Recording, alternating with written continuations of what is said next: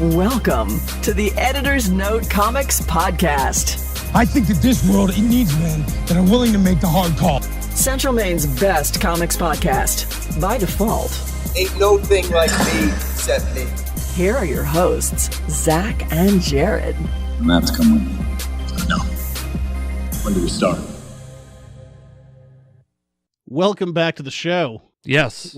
We're warm, we're dry, no problems of leaking in the basement at all. That's your basement, not mine, but I don't want to say... Actually, I retract that statement because the joys of home ownership, I'm probably going to go home to a leaky ceiling, so... Yeah, it's true. We leak from the opposite ends. I'm going to leave that sentence there. That one stays. It stays forever. That's unfortunate that you had to say it like that. That's Speaking of things that suck. This mic stand? Only you have trouble with it. Yeah, well, it's because I face you when I talk to you in the show. No, I had a sad Saturday. I'm real late to this party, but I'm still going to rag on it. Okay. I saw Jurassic World Fallen Kingdom. Oh, I thought you were going to talk about the other sad news. Oh, well, we have plenty of time for that. No, I saw Jurassic World Fallen Kingdom. I'm sorry. Garbage. Hot garbage. I made it a point not to watch it. The movie has three major flaws. They get Chris Pratt in there to get some of the dinosaurs, so then the evil government organization can go take them away. You've seen it before. It's a Jurassic Park movie. Mm-hmm. Except they go in too soon, not waiting for his signal, and then they have to trank him, and then that causes all of the bad stuff. They literally just could have waited for him to get the dinosaurs. Like, it would take them an extra 5 minutes, and then they could have gone, great, thank you for your help, checks in the mail. Oh, but they no. Have gone off and done their stuff. But because they're evil, they had to come in early. I'm like, that's dumb. Ah. But then the more egregious ones. By the way, full spoilers, I don't care. This movie's terrible. Okay. You were so excited for it, too. You were really kind of... I thought the trailers looked... Yeah, no. You were ramped up about it. There's a full human clone in this. Really? And it's not part of any plot. They make a human... Interesting. It exists already. There's just a full human clone, and it adds nothing to the plot. Is in the any full way. human clone of John Hammond? No. Oh. It's a little girl. Oh. What's the point then? Nothing. Literally nothing. It's killing me. But then the worst part. So the evil scientists make a hybrid dinosaur again. Yep. And this one is bred for war. Oh, good, yeah. To be able to be controlled by humans for war. But do you want to know how you control this weapon of war? You take a gun, Yeah. you point it at something you want to die, And it goes and kills you it? pull a trigger. Oh. And then the dinosaur goes and gets it. Do you know what else would do that? A gun? A regular old gun. A cannon? You don't some sort need of a tank? dinosaur. Although They if somebody literally- give you the option of, Zach, would you like this gun or a dinosaur? You're going to choose dinosaur. One gun has bullets, one has a dinosaur. You're going to choose dinosaur. I mean, it's more fun. Not for the... I mean, the person dying is dying, so it's not fun at all, but... But you have to take a special gun and point it directly where you want it to go and pull a trigger. Is it like Duck Hunt? Does a little dog come up and like laugh at you when you miss? I mean, the dinosaur does. Oh, it just But, oh man, turns around and eats you? it was a bad movie. I didn't have any fun. I saw a good movie over the weekend. I've been meaning to get around to see it. You know, it was delightful. I enjoyed I it. Say Jurassic World Fallen Kingdom. I No. think there was a fun subplot with a clone. Nope. Super Troopers 2. Oh, I haven't seen it yet. It was funny. More of the same, I'm guessing. It's more of the same, but it's still funny. Meow the same. There was that was in there. Jim Gaffigan was in it. Oh, no, I like it. Yeah. They had some good cameos in it. It was it was entertaining. I enjoyed it. It's not as good as the original. I don't think anything will be, but it definitely it was fun. I enjoyed it. I know it kind of got panned a little bit. Who cares? You like what you like. Exactly. I mean, you don't go to a Super Troopers movie expecting war and peace. You expect over the top, inappropriate humor and laughs, and you get both. Glad you had to go far. I guess from there, let's move on to the news. Before we get started, does anyone want to get out? It's time for the news. Before we get into the big news of the week, littler news. The rumor is the next Avengers movie, Avengers 4, is going to have about a 3-hour runtime. Good. I don't I know, care. I say bring it on. I'm all about it. If it goes 5 hours with an intermission, I don't care. I just want to roll around it like a dog and stink. Like, just let it be all over me. I've been in this world for like 11 years now. You cannot shortchange the ending. Do not shortchange me the ending. I'm fine with that. Make it 3 hours. Give me everything. Give me everyone. I want it all. That's how you get character moments and you get to move a plot around. You just got to make it big. Yeah. And I don't care. I mean, this is going to be like the big celebration one. This is the big grand finale of the first big phase of the MCU. The big story arc. Years in the making. The first Avengers was a bit of a fireworks show, but this has got to be the big show. Oh, this is going to be the biggest fireworks show you've ever seen. I hope so. Other news, Detective Pikachu had a trailer. and Twitter, and all the millennials loved it. Well, that's because they're the Pokemon generation. Also our generation.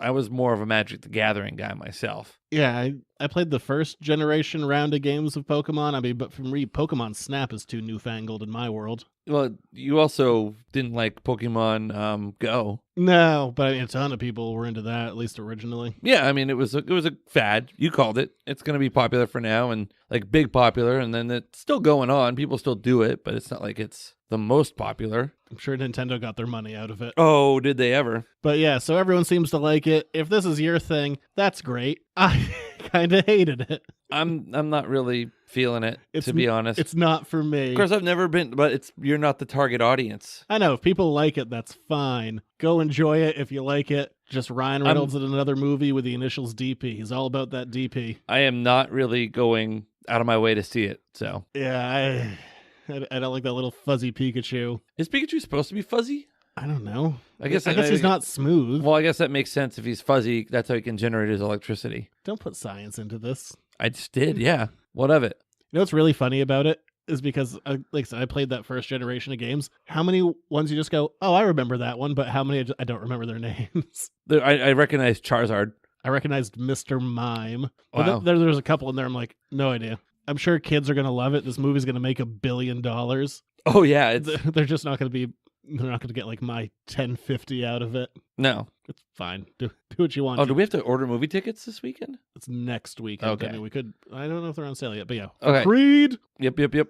Hey, you remember Star Wars Rogue One? Oh, yeah. I remember that was a thing that happened. I enjoyed it. Everyone Generally- dies. Generally enjoyable movie. Not fantastic. Best space fights we've seen. Best Darth Vader we've seen. Oh, yeah. That is a great 45 seconds. But everyone's favorite, Cassian Andor. I don't know if he's anyone's favorite, really. It's fine. He's kind of a jackass. Killed a lot of people indiscriminately. Yes. He is going to be getting a prequel TV series on the Disney streaming service, now officially titled Disney Plus. Oh, boy. Do we need this? Do we need it? I'll watch it. Why not? Yeah, I mean, yeah. It's going to be live action Star Wars on a service that I'm going to be paying for. At this point, just load me up with things that I'll be fine watching. Because I don't watch a ton of TV, but this Disney streaming service, like, we got 3 Marvel shows coming and 2 Star Wars shows coming. I'm like, You got my money. all right. I mean, I don't watch a bunch. Shovel it in. I don't really have time to learn new TV shows. So yeah, just give me worlds I already know. That's fair. That's reasonable. Casting news for the Watchmen TV series, because you remember Watchmen so well and you really absorbed it. Oh, yeah. All those years ago. Jeremy Irons, Alfred, or Scar himself. I don't know, pick a role. What about the guy, the guy who said that No, gay marriage shouldn't happen because what would stop fathers from marrying their sons? No, it was oh, no, that was him. No, he was in Die Hard with a Oh, Vengeance. yeah. Yeah, Simple Simon. He was, oh, boy, yeah, you got there quicker than I did. Yeah. He played I can't remember the evil German's brother. Yes, Hans Gruber. There we go. That's still one of my favorite Christmas movies.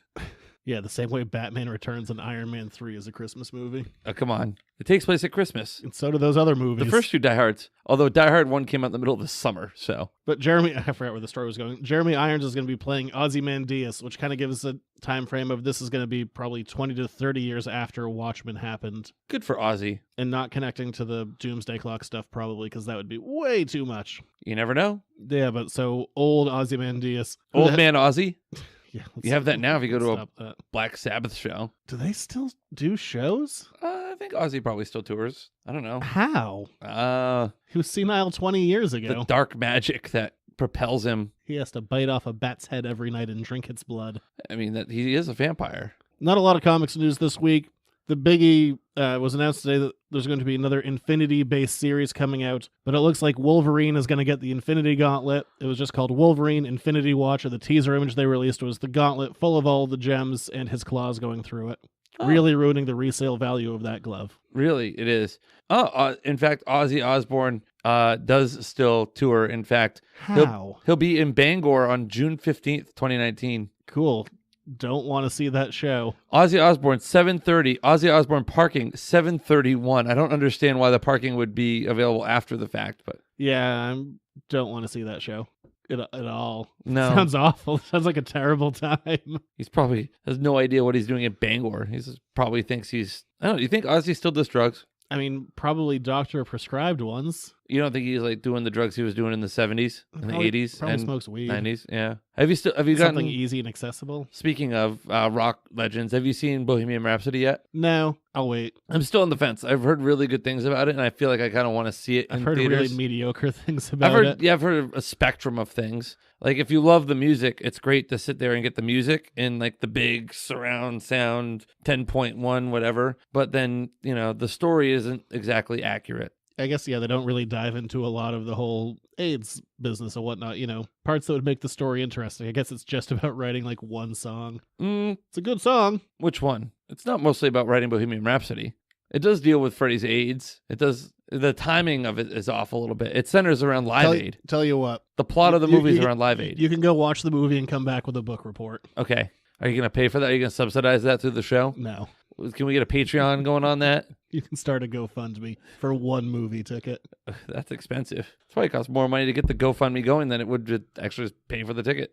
That's kind of it for news. So from there, let's move on to Jared's sports reports. I mean, except for that other, it's coming. Yeah. He's running down the middle by the 50. He's at the 30. Bare-chested. The guy is drunk, but there he goes. Oh, and they tackle him at the 40-yard line. It's time for another Jared Sports Report.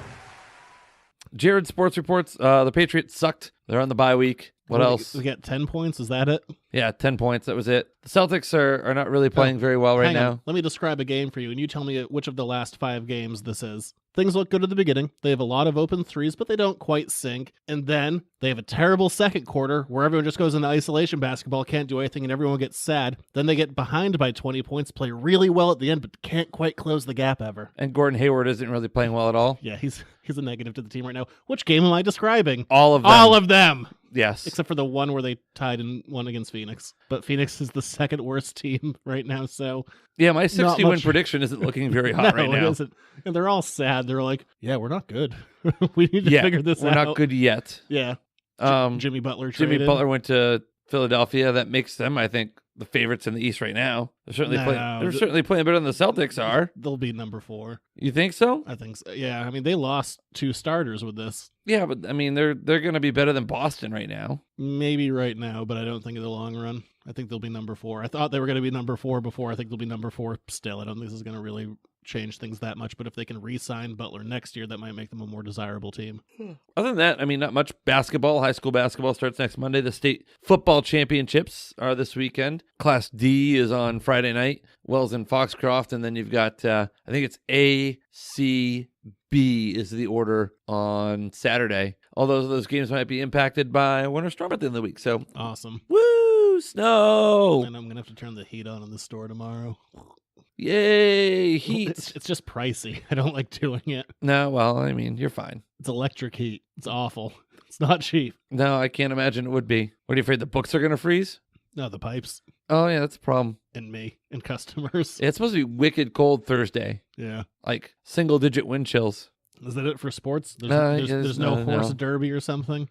Force derby? Horse derby? No, it's not horse racing season. Let's see. No kind of like dart champion of the world? No, Kyle Busch and Kevin Harvick, Joey Logano, and Martin Truex Jr. are the final 4 in the NASCAR playoffs. They are racing in Miami this coming weekend for the championship. You got that. It's fine if there isn't anything happening. I mean, I can probably look up some curling scores if you want, or no, I'm good. I'd love to try curling once. I know it looks like fun. Keep saying it. You try it too. I just did some of it. I was mopping. It was a very similar motion. See, then you already said I'd be the thrower. I'd be the stone thrower, and I could yell things like "Yep, nope, yep." Sound like the aliens from the Muppets. That's about it for sports reports. I know there's a bigger overarching. That's fine. Yeah. Okay, let's move on to the biggie. I guess do we have a theme for this? I think there's an editor's education theme. Edutainment, baby, coming up.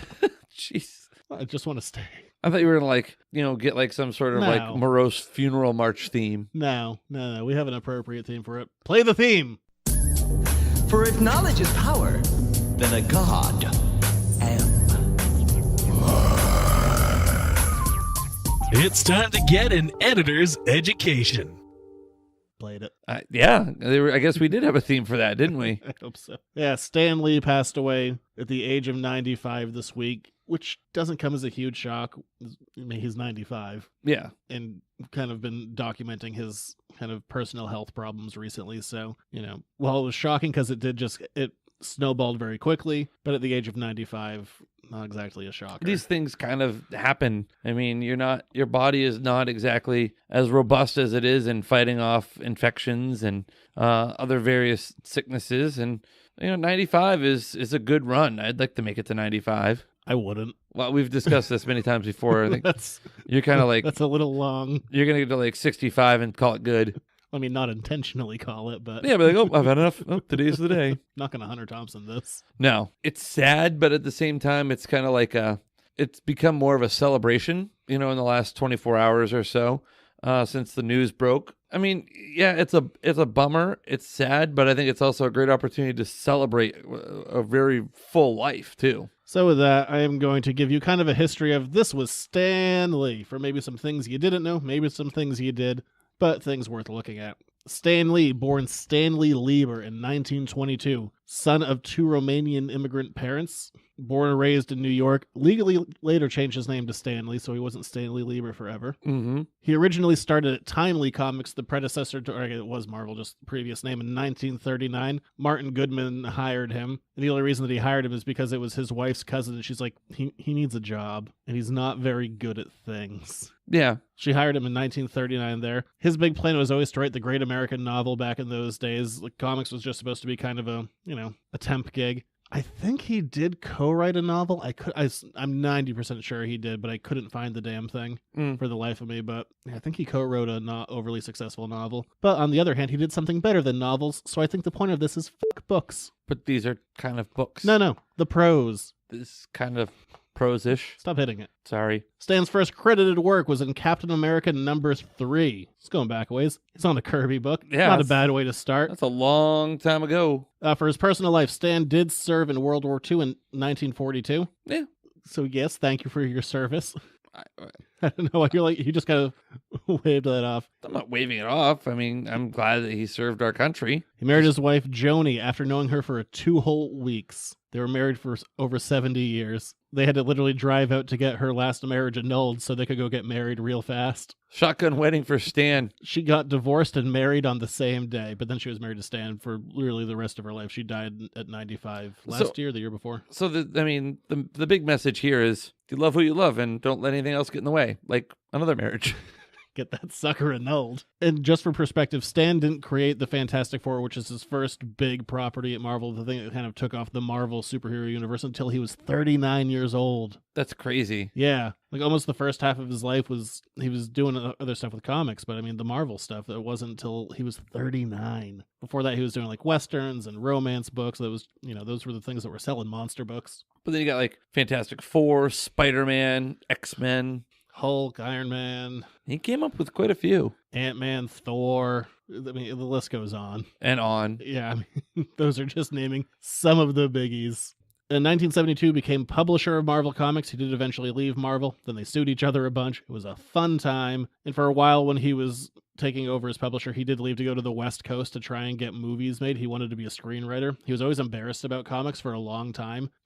Talk about like the anecdote he would give was like, I'd be at parties and people would come up to me and be like, oh, what do you do? He's like, oh, I'm a writer. Like, oh, what do you write? Like, oh, I write for magazines. Like, oh, what magazine do you write for? He's like, I write comic magazines. And then they would just stop talking to him and back away slowly. I think the one thing though that like he got over that. Yeah, I can imagine he did because can you? Well, for being the face of everything. I think the big thing though, like, and not, I'm just going to kind of go on a limb here, like some conjecture, the worlds and the stuff that Stan wanted to create. I think he would have been handcuffed at the time by the style of movies and the technology of the time. We've seen it, like older iterations of some of these comic book movies are not good. Yeah. I mean, they were selling stuff too. Like there was a Spider-Man show, there was the Hulk show, they were doing animated stuff, which is all, the Hulk show's fine, but the rest of it's garbage. You don't like the Spider-Man cartoons? Not those early ones. They've come up with awesome memes. Yes, that show did give us great memes. But beyond that, I still think my favorite's the car flying at Spider-Man points because I'm high as right now. I mean, clearly Stan got over that. I mean, his whole thing, which he was never shy about, he wanted to be rich and famous, and he got that. He was the face he of was the thing. certainly rich and famous. I think one of my favorite tweets, I'm not going to get it word for word exactly, it's by Tom Brevoort, who works over at Marvel. He threw out a thing that was like, Stan took too much credit for the work that he did, but somehow isn't given enough credit. That's incredible. Which I love. It's so true, though. That encapsulates like his career at Marvel. It's like, I did all this. And you'll never know exactly who's credited for, or who really did how much on what book or whatever, because Stan wasn't working in a vacuum. He had collaborators, Jack Kirby, Steve Ditko, Joe Sinnott, all these other guys. Like, it's, everyone tells their version of it where they did everything, so it's kind of unclear, but everybody's always going to tell their version where they did more than somebody else, especially on big pop culture shaping and shifting icons. Except for Doctor Strange. Stan was pretty open that he had very little to do with Doctor Strange, even though he gets the co-creation credit. Yeah. He's like, yeah, no, that was all Steve Ditko. I just threw some words on it. Yeah, which we discussed a couple months ago. Yeah, because this has been a bad year. Like the first generation was already mostly gone, but now, Flo Steinberg died last year, and then Steve Ditko, and now Stan Lee. Like the only guy who's still kind of standing from at least the first round of big Marvel stuff that I can think of would be Joe Sinnott, and he's not exactly young himself. What about like Alan Moore? Well, he's not that first generation. He's second. Because he came up in the 80s. Oh, okay. I'm talking about people who started up in the 60s. Like the Golden Age? Earlier. Yeah, not even Golden Age, because Golden Age more is pre-Marvel. Okay. Silver? Yeah. Look, most Golden Age books are boring. Okay.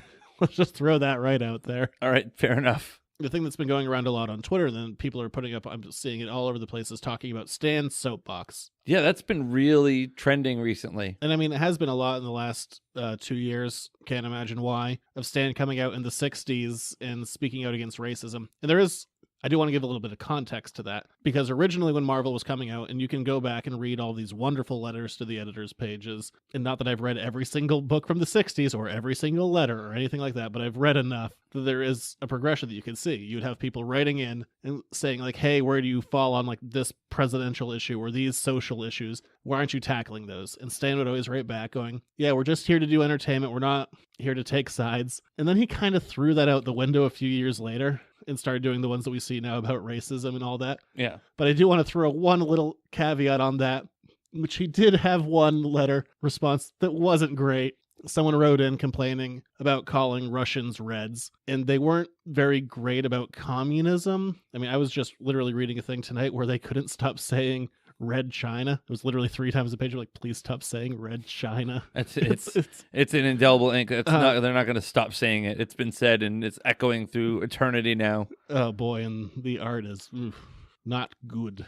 I was reading some early Thor, but just for context. Was it not PC art? No. Was it very stereotype? I thought they were monsters before I realized they were supposed to be Chinese. Oh, wow. Wow. Yeah. That's not good. The coloring isn't great either. Oh. Yeah. But there was one where a person wrote in, he's like, is it okay to be calling the Russian people Reds? And Stan's response was, spade's a spade. Call it what it is. A red's a red. Wow. So he wasn't always great. But also think about, like, during that period of time, there was the height of the Cold War, probably. Yeah, but he did also, I think that's the only time I ever saw anything like that. Like I said, it's not like I read every letter that was written in the 60s. So, but yeah, he does have quite a few famous ones throughout the 60s and also the 70s of speaking out against racism and bigotry, and that it has no place in the world, and that if you align yourself with anything like that, then don't bother reading Marvel books. No.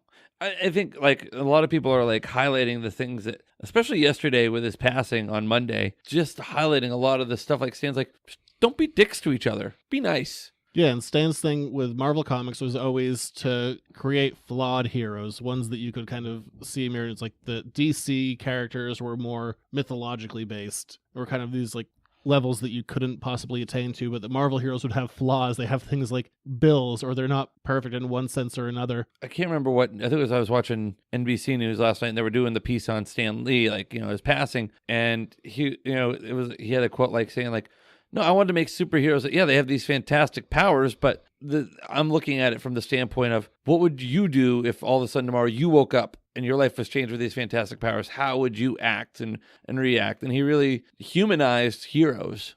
If you want to read a lot about Stan Lee, I've talked about this book before, and I'll mention it again. It's not just because I have it for sale in the store, but because I've read it personally. And I'll probably end up reading it again at some point because, boy, there's a lot to unpack in it. Read Marvel Comics The Untold Tale. That gives you so much about Stan, and I mean so much about these early guys. Like, there's a ton of stuff about Jack in there as well. But man, if you want to read about Stan Lee, Marvel Comics The Untold Tale is a phenomenal book. Highly recommended. Not just for Stan. I mean, he's obviously a massive part of Marvel Comics, but there's a ton of information in that book. Well worth reading. Look at like the characters he created. I can relate to Spider-Man and Peter Parker because I was a nerdy geek in high school. I can't relate to Superman because I'm not an alien. I'm not from another planet. I'm not from a... Superman's like too perfect. Even Captain America has flaws. Like, Superman doesn't really have flaws. You know, the X-Men, they all had flaws. They weren't perfect. I think my favorite version of Captain America... Plant Man, he has flaws. In the 80s, he was working as a freelance artist. Yeah. So that's a thing that Captain America did for a time. Freelance artist. Gotta make $1, man. But I think the thing that really made him stand out, though, was he always acknowledged, like, I like to write stories for kids. Like, I'm writing for young people. He toured college campuses. He loved touring college campuses. Stan tried all these weird things. Like, they had a weird concert at Carnegie Hall that was a massive failure, but Stan like blew it up in like big way in like the letters pages. It's like, we had the greatest time at Carnegie Hall at the Marvel event. He was a showman. Yeah, in a big way. But I mean, also the time, like the period of time, there's like nobody had a like cell phone camera video of like, wow, this is terrible. Look how bad this was. Like, you'd read it and be like, oh, Stan says it was good, so it had to be good. I mean, as far as 20th century goes, as far as writing, he's probably the most prolific writer of the 20th century. He certainly is up there. I think his influence is what really pushes him to the forefront. Look at all the different things that he has played a hand in, either directly or indirectly, with the people he's inspired, the characters he's given us, the movies that we've gotten, and the adventures we've had. And, Stan made it cool to be a geek. He made it cool to be nerdy. He made it cool to, like, be different. And I think that was the big thing. Like, I feel like you're giving Weird Al Yankovic's eulogy right now. I mean, if I hopefully don't have to eulogize Weird Al, but if I were ever friends with Weird Al, I'd be honored. Weird. I mean, how else am I supposed to react to that statement? Just all those descriptions. Sounds like a Weird Al eulogy. But it's true about Stan, too. He has this place in mythos, and I tweeted about yesterday, like, he transcends, he's not just a comic. He was not just a comic book creator or writer. He was a pop culture creator. And there's so many people in the comic book world who try and emulate, well, Stan did it. Like, you ain't Stan. And no one in our lifetime or beyond where we go will ever create as much as he did. It's never going to happen. No. He was in the right place at the right time, and no one is going to have a body of work that looks like that ever again. It's insane. Yeah. I mean, what he was able to accomplish, and the longevity and the staying power with which he was able to do it, too. It wasn't just 5 years or 10 years. It wasn't just one character or one book or one series. It was 50 years or so, 40 years, 45 years. But it was... You could do the math, 1961 to 2018. Like 40, 44 years, 54 years. Close enough. I'm not good at math. Numbers vex me. But the staying power and the creative power and the reach and the influence. I mean, he's created a small economy in some ways when you look at the Marvel Studios and the money that's just generated and flowing through that. He's the most successful producer in Hollywood of all time. Yeah. I mean, that's just number-wise he is. Oh, yeah. Second to none. Suck on that, Spielberg. He's probably up there. Oh, yeah, I would imagine so. Producing credits. And George Lucas, too. You can't put a fact or a figure, or you cannot measure completely the impact and the reach that he's had. No, it's great. It's bananas. When were you first introduced to him? I think mine would have been the Spider-Man cartoon in the 90s. He did a cameo on that, and there was also a video game where it was a PC game. I think it was also on PlayStation where he introed it. I think, yeah, kind of the 90s, the Spider-Man cartoon a little bit, the X-Men cartoon. I don't think he was on that. But, like, that was my introduction to Marvel. And I meant Stan. Oh, the Spider-Man movies probably.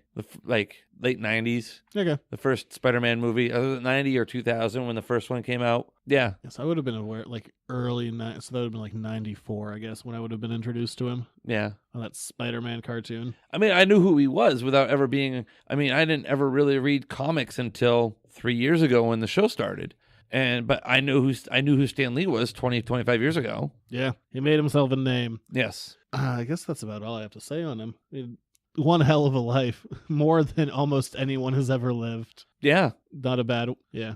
I mean, 95 years old, not a bad time to go out. No, not a bad time at all. I think what will be interesting now, though, like not to put too dour a tenor on it, but it's now what's going to happen with all of the estate and everything around that, and It's probably just going to go to his daughter.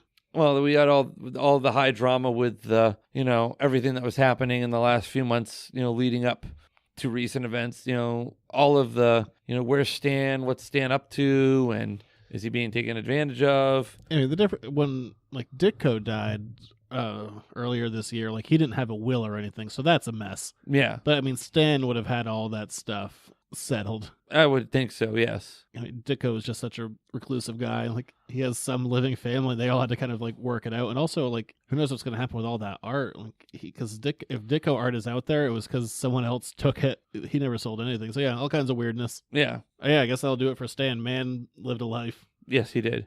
From there, we're going to finish off with a Jared's Reading Corner. It's Jared's Reading Corner.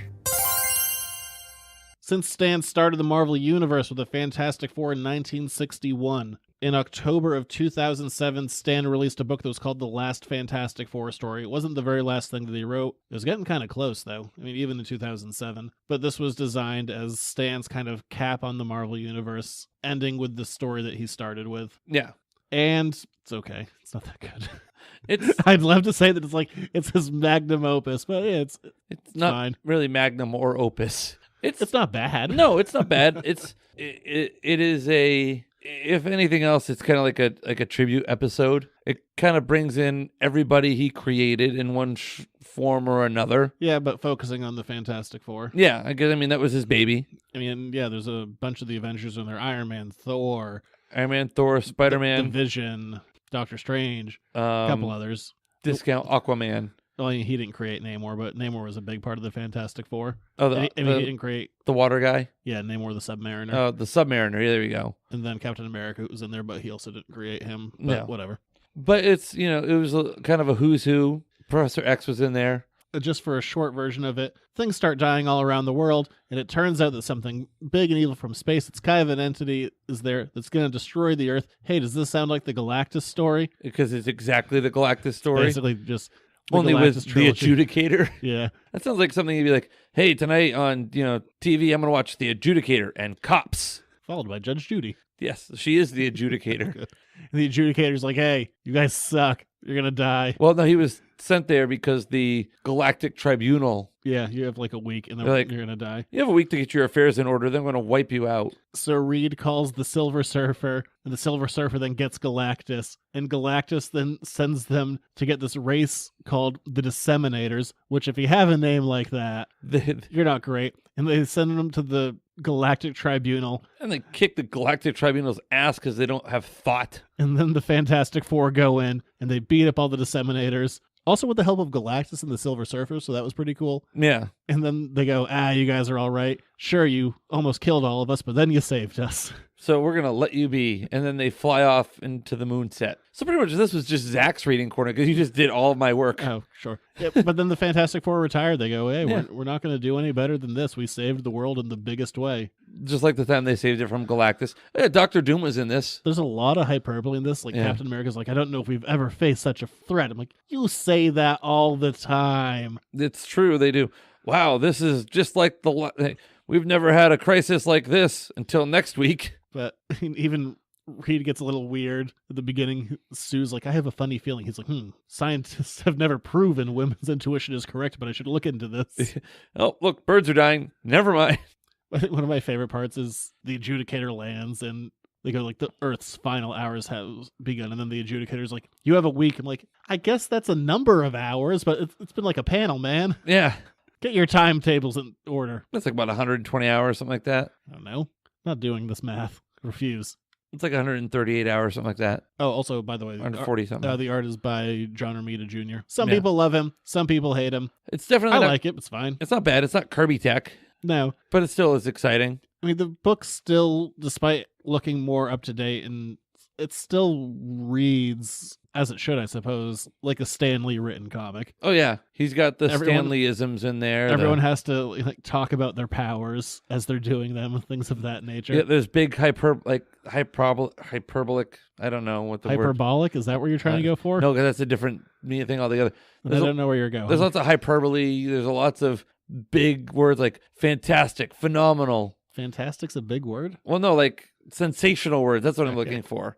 These fantastic powers, this tremendous, this devastating turn of events, these different grandiose things that we've talked about that Stan was so famous for writing in that kind of Bombastic way. Yeah, over the top style. I mean, overall, the story, it's a retelling of the Galactus trilogy, but not as good, except Galactus does fight with all of them, which is pretty awesome. I like how Galactus shows be like, listen, I'm glad you guys called me, but you guys are kind of screwed. Yeah, he's like, I got nothing. Yeah. But I guess I can tell you where you can find the Disseminators. And then send the Silver Surfer to go get them. One of my favorite things about this book is like this is very much a cap on Stan Lee's Fantastic Four. The reason that I say that is the Fantastic Four go to retire and they have one child. Stan never wrote the second child, Valeria, but in this one they only got Franklin because that's what Stan wrote. Stan wrote Franklin. Yeah. Valeria wasn't around yet.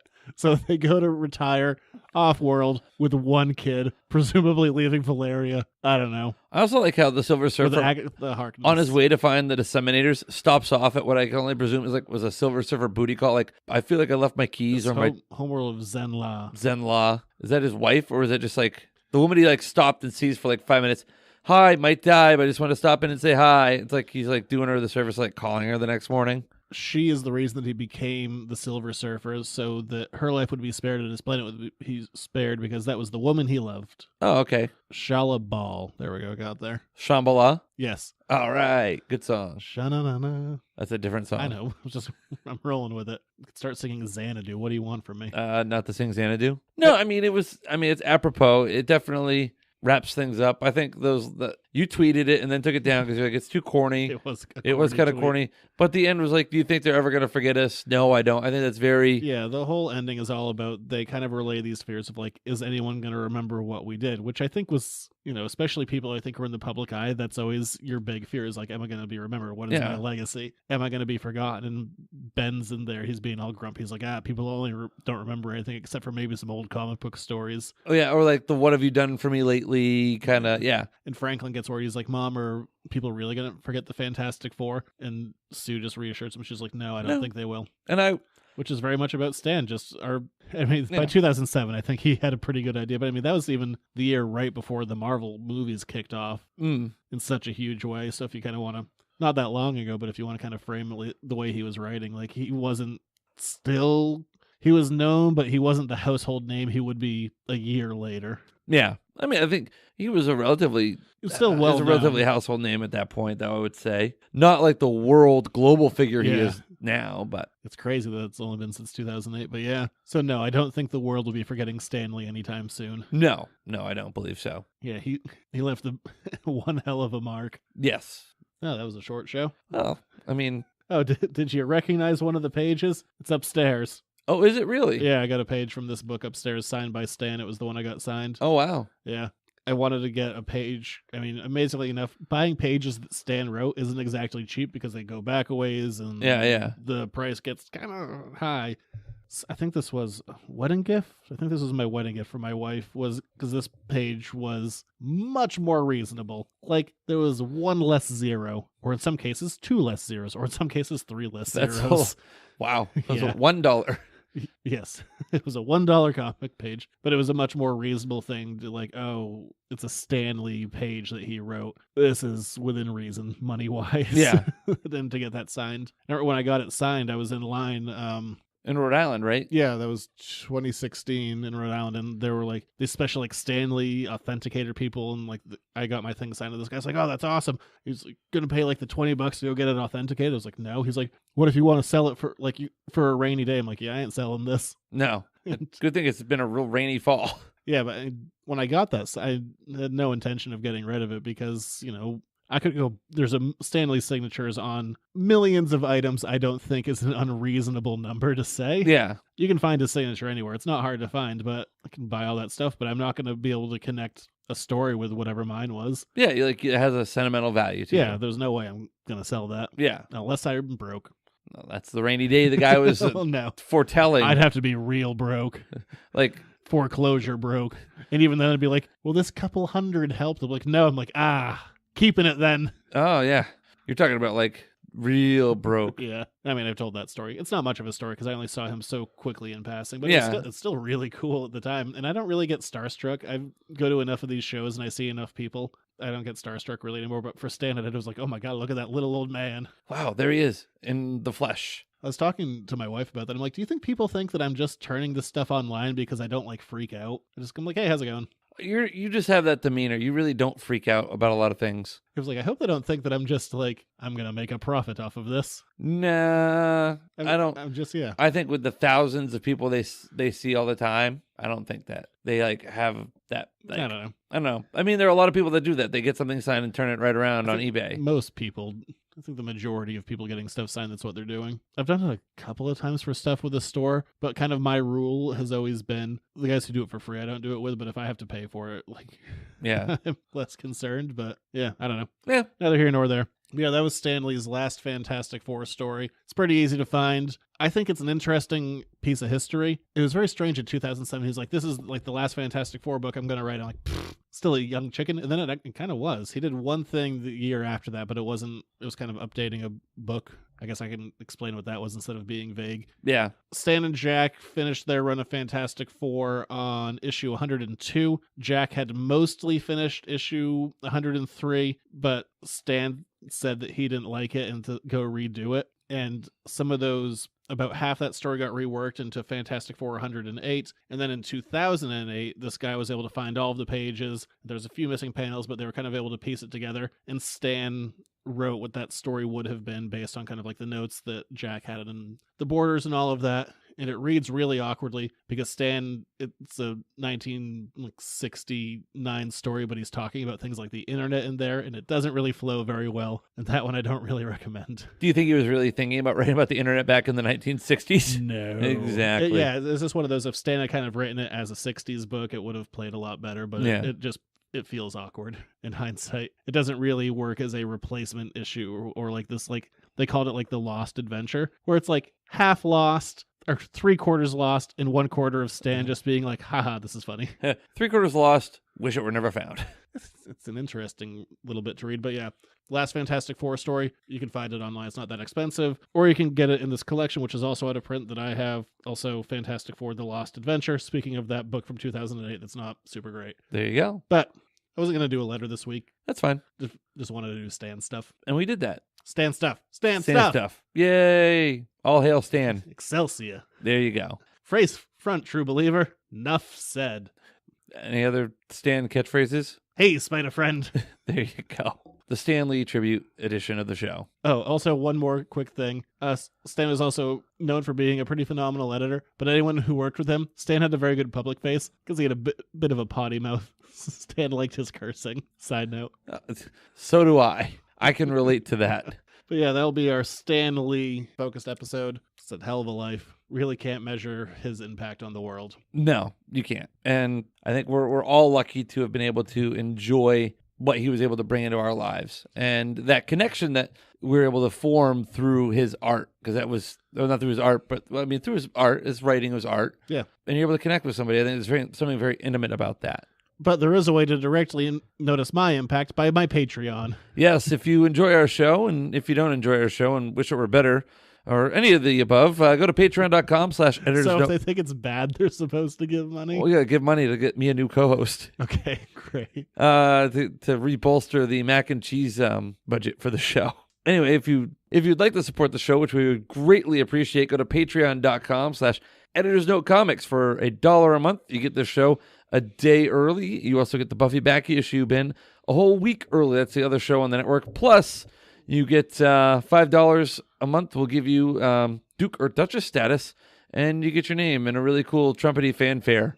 And right now, for the foreseeable future, we're doing month-to-month issue reviews of the Firefly series that's starting up this week. The first one will be up on the other feed for free for the first one, but then after that you got to pay, drug dealer style. So that's a Patreon exclusive. Except for the first one. The first one is for free? Yeah. Oh, if you want to get a taste of what it feels like. Get you hooked. Is that going to be an audio format or a... I mean, yeah. Are you transitioning from the Buffy back issue bin to like the Firefly? And I mean, when Buffy starts up again, like in January. Oh, okay. But yeah, I mean, we did that for the last season of Buffy, doing non-spoiler and spoiler reviews issue by issue for Patreon exclusives. But I thought I'd give the first one for free so people could see what it was versus okay, giving money up front. It's $1 to whatever. I satiate your curiosity. By the time this comes out, that show is already out. Oh, cool. Any sales going out at the store? Damn right. Let's talk about those. Forgot about that. Through Small Business Saturday, doing a buy two, get one free on graphic novels. I've also bought a ton of stuff recently, so come help balance out my spending versus earning. Yes. I don't know. That just happens sometimes. For a little while, I was like, boy, people have really kind of eaten up a lot of my like pricier back issue stuff. But over the last like month, it comes in waves. Yeah, you'll be open on Black Friday and Small Business Saturday, obviously. Open all this week. Yeah, but man, yeah, I got a ton of new stuff, like old Silver Age books. Ton of them. I saw that you did tweet about that. Any special? I bought a new batch this morning. Like, man, they're rolling in right now. What about next week? Open Monday, Tuesday, Wednesday, closed Thursday, or open... yeah, just for Thanksgiving. Oh, okay. Well, you're not going to take an extra day for yourself? No. Okay. I mean, I am. I'm getting 2 days off that week. Thursday and Sunday. I also had my first day off in like the last 30-something days Sunday. How was that? I've wanted more. Oh, well. Fair. You can visit the store where you can buy two, get one free on graphic novels, 210 Water Street in Hollowell. You can also visit the store online, editorsnotecomics.com, and on all the social medias, Facebook, Twitter, Instagram, Snapface. No. Okay, not Snapface. Bitcoin. Cryptocurrencies, baby. That's the future. I could start one for the store. I thought you wanted things with value.